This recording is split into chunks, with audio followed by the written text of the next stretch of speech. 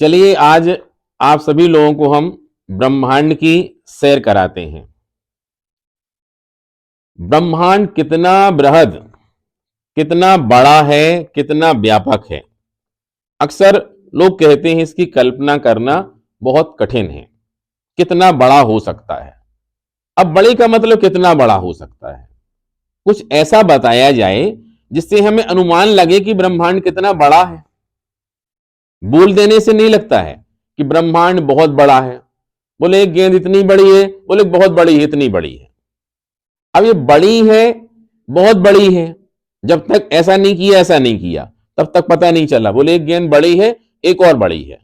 हो सकता है एक इतनी सी हो, एक इतनी बड़ी हो, लेकिन जब तक ये नहीं कहा जाता, उसके लिए व्यू नहीं बनता, हमारे मन में दृश्य नहीं बनता, तब तक हम उस उसके बारे में ठीक ठीक ढंग से अनुमान नहीं लगा पाते हैं। ब्रह्मांड कितना बड़ा है, चलिए सैर करके पता करते हैं कि ब्रह्मांड का आकार कितना बड़ा हो सकता है। चलिए सबसे पहले हम पृथ्वी के सबसे पड़ोसी प्लेनेट या मास बॉडी के बारे में विचार करते हैं। वह है नेचुरल सैटेलाइट मून, मतलब प्राकृतिक उपग्रह पृथ्वी का। कौन है? चंद्रमा है। हमारी धरती से लगभग लगभग 3,84,000 की दूरी पर है। 3,84,000। आपको याद होगा अभी चंद्रयान 3 कुछ ही समय पहले गया था, कितने महीने लगे थे। अगर हम एक ऐसा यान बना लें, एक ऐसा यान बना लें जो लाइट की वेलोसिटी से, जो वेलोसिटी किसकी होती है? लाइट की होती, प्रकाश की होती है, उसकी वेलोसिटी से वो यान चलने लगे। आप जानते होंगे प्रकाश की चाल कितनी होती है? प्रकाश की चाल 3,00,000 किलोमीटर प्रति सेकेंड होती है।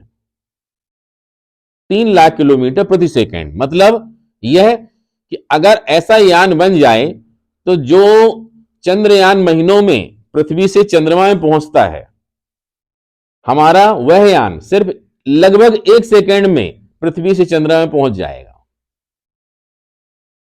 ठीक है, चलो अभी लेटेस्ट का एग्जांपल लेते हैं हम।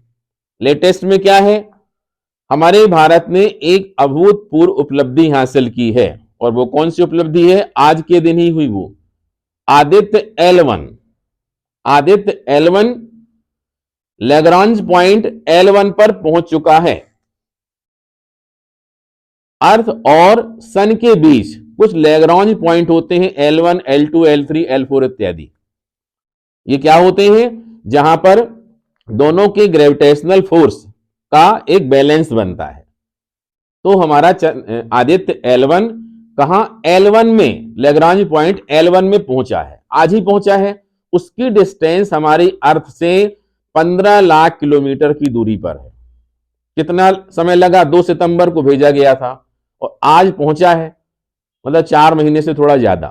मतलब 4 महीने में आदित्य L1 पृथ्वी से कहां? लैग्रांज पॉइंट L1 में पहुंचा। अगर एक यान ऐसा बनाया जाता जो लाइट की चाल से चलता, तो वहां पहुंचने में सिर्फ 5 सेकंड लगते। अर्थ से, मतलब पृथ्वी से लैग्रांज पॉइंट L1 तक पहुंचने में सिर्फ और सिर्फ 5 सेकंड लगते। चलिए थोड़ा सा और आगे बढ़ते चलते हैं। अगर हम सन में जाने की बात करें, सूर्य में जाने की बात करें, तो सूर्य की दूरी पृथ्वी से लगभग लगभग 15 करोड़ किलोमीटर है, और वहां पहुंचने में कितने सारे वर्ष लग सकते हैं, अभी तक कोई पहुंचा नहीं है।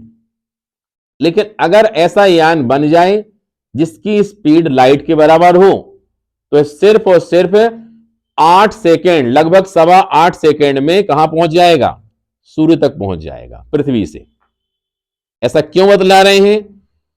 इतनी ज्यादा दूरियां हैं, बहुत सारी दूरियां हैं, और उन दूरियों तक पहुंचने के लिए ये कुछ ही सेकंड लग रहे हैं। मंगल ग्रह पहुंचने में लगभग 3 सेकंड ही लगेंगे अगर यान ऐसा बना लिया जाए जिसकी स्पीड प्रकाश की स्पीड के बराबर हो। ये बात हम इसलिए ले रहे हैं क्योंकि ब्रह्मांड की हमें विशालता बतानी है, इसलिए किलोमीटर कोई मतलब के नहीं है। अब आगे थोड़ा बढ़ते हैं हम। अब हम चलते हैं अपनी गैलेक्सी में। हमारी गैलेक्सी का नाम है मिल्की वे, आकाश गंगा। अगर हम अपनी मिल्की वे में अपने पड़ोसी स्टार के पास जाना चाहते हैं, अपना पड़ोसी स्टार कौन सा है? सूर्य के बाद आता है अल्फा सेंचुरी। कितनी दूर है कल्पना कर पाना मुश्किल है। अगर हम एक ऐसा यान बना दें जिसकी स्पीड प्रकाश की स्पीड के बराबर हो, तो वहां उस यान तक पहुंचने में लगभग 4.5 वर्ष का समय लगेगा। 4.3 मतलब क्या हुआ? मतलब सन इतनी दूर है 15 करोड़ किलोमीटर, वहां पहुंचने में सिर्फ 8 सेकंड लग रहे हैं। अब इससे कंपेयर करके देखिए कि अल्फा सेंचुरी कितनी दूर हुआ, जहां पहुंचने में पृथ्वी से 4.5 वर्ष का समय लग रहा है। मतलब पड़ोसी स्टार की बात है वो भी। अब चलो और उसके आगे चलते हैं। मिल्की वे गैलेक्सी है, आकाश गंगा, ठीक है, दुग्ध मेखला आकाश गंगा है जो, उसके हमें सेंटर में जाना है। अगर उसके सेंटर में अगर हमें जाना है तो लगभग पृथ्वी से जाने में अगर ऐसा यान बनाया जाए जिसकी स्पीड लाइट की स्पीड के बराबर हो, तो वहां तक पहुंचने में हमें 25,000 वर्ष लगेंगे। 25,000 वर्ष। कल्पना कर लें जरा, अभी हम अपनी गैलेक्सी में ही घूम रहे हैं, उसके सेंटर में पहुंचेंगे तो 25,000 वर्ष लगेंगे। सभ्यता कितनी पुरानी है? थोड़ा बहुत, ये चल रहा 2023, मतलब ईसवी सन का 2023। क्या लगेगा? अभी अभी की बात है। कहां 25,000 वर्ष, कितना पुराना समय हो गया। अगर हम अपनी मिल्की वे गैलेक्सी की पड़ोसी बगल वाली एंडोमेंड्रा गैलेक्सी की बात करें और वहां पहुंचने की बात करें हम, और वही यान तैयार किया गया है जिसकी स्पीड कितनी है? 1 सेकेंड में 3 लाख किलोमीटर, मतलब प्रकाश की चाल के बराबर। उस यान को अगर हम अपनी पड़ोसी आकाश गंगा के पास भेजेंगे तो वहां पहुंचने में लगभग 2.5 मिलियन वर्ष, 2.5 मिलियन ईयर खर्च हो जाएंगे। पड़ोसी वाली। अब सोच के देखिए कि पूरे ब्रह्मांड में कुल कितनी आकाश गंगाएं हैं। पूरे ब्रह्मांड में लगभग 100 बिलियन गैलेक्सीज हैं, लगभग 1 खरब आकाश गंगाएं हैं। और हम अभी अपने अड़ोस पड़ोस में, आपका घर है बाजू वाला घर, इनकी चर्चा कर रहे हैं। अब अनुमान लगा ले कि ब्रह्मांड कितना बड़ा है। ये ब्रह्मांड की बात है, ये ब्रह्मांड की बात है। अब अगर हम सोचें कि लास्ट वाली गैलेक्सी में जाना है, कहां पहुंचेंगे, कितने अरब, कल्पना कर पाना मुश्किल हो जाएगा कि जब प्रकाश की स्पीड, कैसी स्पीड है, सबसे मैक्सिमम मानी जाती है। कोई भी मास पार्टिकल, कोई भी द्रव्य कण, कोई भी वस्तु अधिकतम कौन सी चाल ले सकती है? ज्यादा से ज्यादा उसकी स्पीड हो सकती है प्रकाश की स्पीड के बराबर। अभी तक जो नॉन स्पीड है, ज्ञात चाल है, वह है प्रकाश की चाल। प्रकाश की चाल 3 लाख किलोमीटर प्रति सेकंड। इस चाल से जाएं तो सिर्फ हमको पड़ोसी वाली आकाश गंगा तक पहुंचने में ही लगभग 2.5 मिलियन ईयर खर्च हो जाएंगे, और बाद की तो कल्पना करना मुश्किल है। अब इसके बाद अगर थोड़ा सा हम और थ्योरी में जाएं, गहराई में जाएं, तो सोचें कि ये ब्रह्मांड या यूनिवर्स बना कैसे था।